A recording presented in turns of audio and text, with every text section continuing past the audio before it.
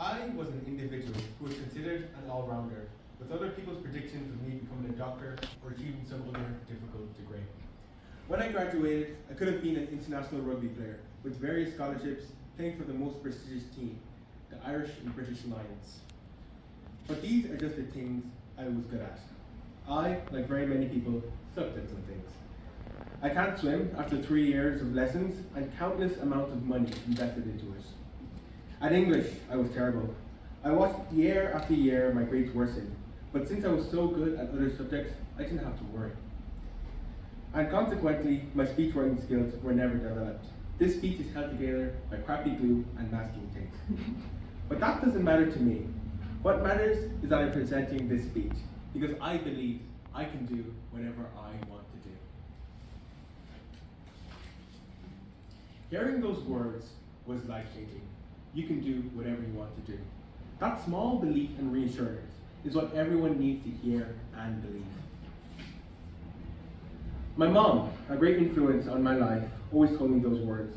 When I was 4, I didn't know what it meant or the value of those words. Around age 7, I started rugby. I fell in love with it. Because this is what I wanted to do. I would dream of rugby. Imagine the next big tackle, the next time I'd score, or rip the ball out of my opponent's hands. It was clear to see I had a talent for the sport. I was most likely one of, if not the best player on my club.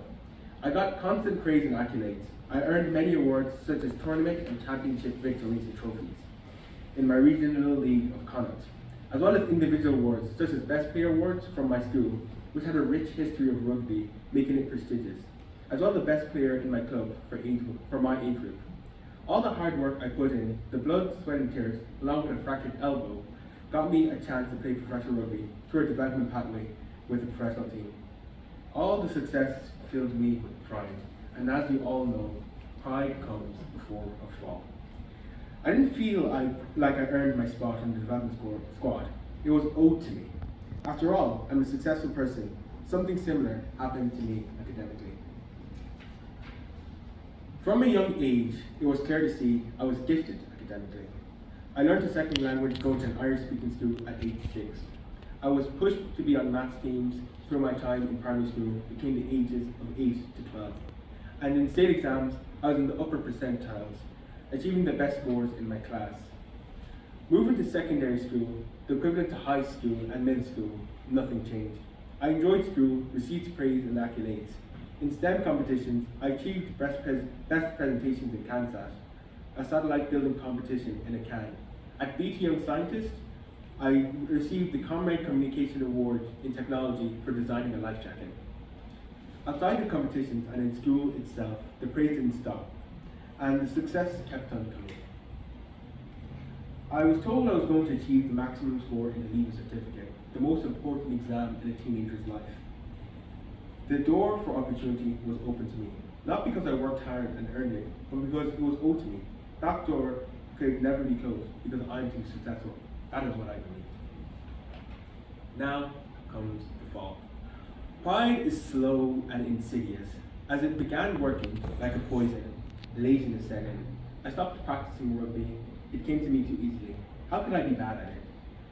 First, I stopped studying as well, but my grades didn't suffer at first. Slowly, it crept in.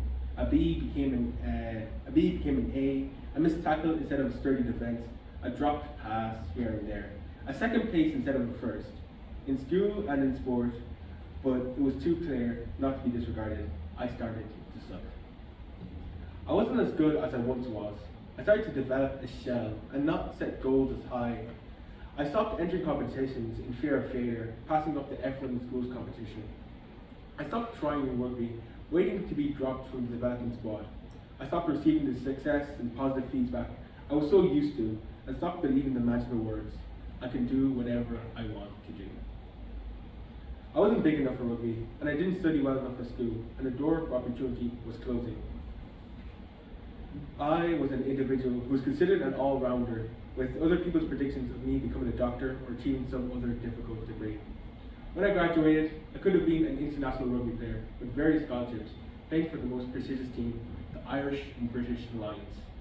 I, like very many people, sucked at some things. I could have been a speechwriter I couldn't have been a speechwriter or presenter, but I'm none of those things. If you told me a month ago or later I would be presenting a speech in the New Hampshire Town Hall, I wouldn't believe you. I would say I would never need to use speechwriting skills. After all, I stuck to English. I wouldn't believe in the magical words, I can do whatever I wish to do. But now, after giving a speech on my story, and doing something I never believed I would or could do, I'm beginning to believe again those magical words. I can do whatever I wish to do.